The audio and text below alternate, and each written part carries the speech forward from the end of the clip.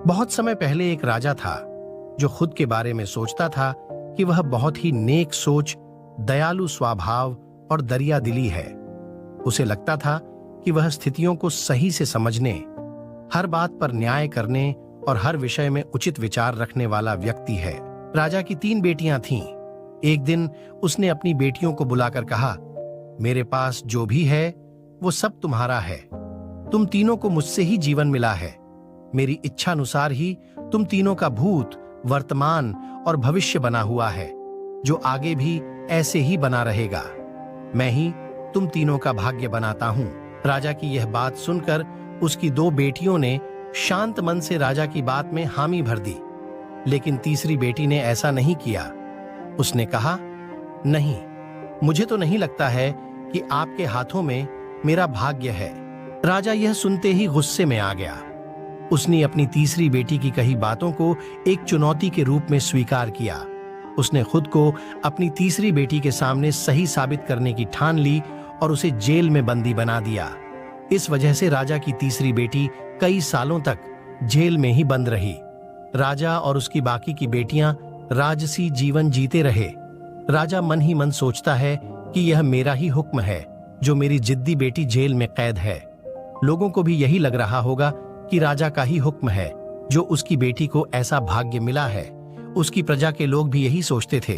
उन्हें लगता था कि राजा की तीसरी बेटी ने जरूर कोई गलत कार्य किया होगा, तभी उसे जेल में कैद करके रखा गया है, वरना कोई भी पिता अपनी बेटी के साथ भला ऐसा क्यों ही करेगा।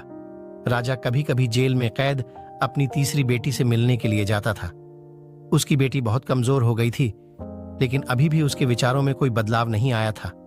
मगर राजा अपनी कमजोर होती बेटी की हालात और नहीं देख पा रहा था।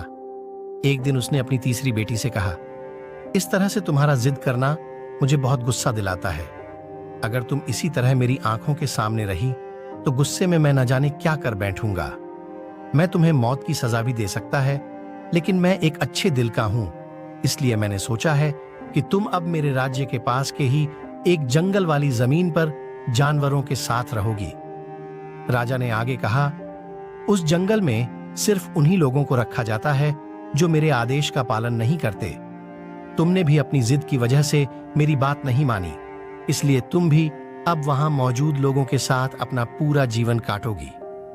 इसके बाद तीसरी बेटी को उस जंगल की जमीन पर रहने के लिए भेज दिया गया। वहां वह फल और सब्जियां खाने और एक गुफा में रहने लगी। उसके पास पीने के लिए झरने का पानी और ठंड से बचने के लिए सिर्फ सूरज की धूप का ही सहारा था। वहां की खुली हवा में रहते हुए और फल फूल खाते खाते वो जल्द ही पूरी तरह से स्वस्थ हो गई। उसने वहां पर खेती करना भी शुरू कर दिया। गुफा को उसने घर की तरह सजा लिया था और खुशी खुशी वहीं रहती थी। एक दिन वहां पर एक भटकता हुआ राहगीर आ पहुंचा। उसे देखते ही देखते राजा की तीसरी बेटी से प्रेम हो गया और दोनों खुशी खुशी वहीं रहने लगे। उस जंगल में उन दोनों के अलावा और भी कई लोग रहते थे, जिनकी मदद से उन्होंने उस जंगल को एक शहर के रूप में बदल दिया। कुछ ही सालों में राजा की तीसरी बेटी और वो राहगीर उस शहर के राजा रानी बन गए। अब उनके शहर की चर्चा दूर दूर तक होने लगी। जैसे ही इसकी जानकारी राजा को मिली, वह उस जंगल में सब कुछ देखने के लिए पहुंच गया। जब उसने वहां की राजगद्दी पर अपनी बेटी को बैठे देखा और साथ में एक खूबसूरत युवक को, तो उसके होश उड़ गए। राजा की बेटी ने अपने महल में अपने पिता का पूरे सम्मान के साथ स्वागत किया। उसने अपने पिता से उसके बुरे बर्ताव व फैसला के लिए कुछ भी नहीं कहा। जैसे ही राजा वहां बैठा तो उसे एक आवाज सुनाई देने लगी, जो कह रही थी कि हर इंसान स्वयं ही अपना भाग्य बनाता है। कोई अन्य इंसान किसी और का भाग्य नहीं बना सकता। इसके बाद राजा को स्वयं ही अपनी गलती पर पछतावा होने लगा और उसने अपनी सभी बेटियों को अपने भाग्य से आजाद कर दिया। उसने अपनी तीनों बेटियों से कहा, भले ही तुम तीनों का भाग्य मेरे हाथों में है, लेकिन हर व्यक्ति खुद ही पर परिस्थितियों के अनुसार अपना भाग्य अच्छा व बुरा बना सकता है। कहानी से सीख राजा और उसकी 3 बेटियों की कहानी हमें यह सीख देती है कि कोई भी व्यक्ति किसी का भाग्य बना या बिगाड़ नहीं सकता।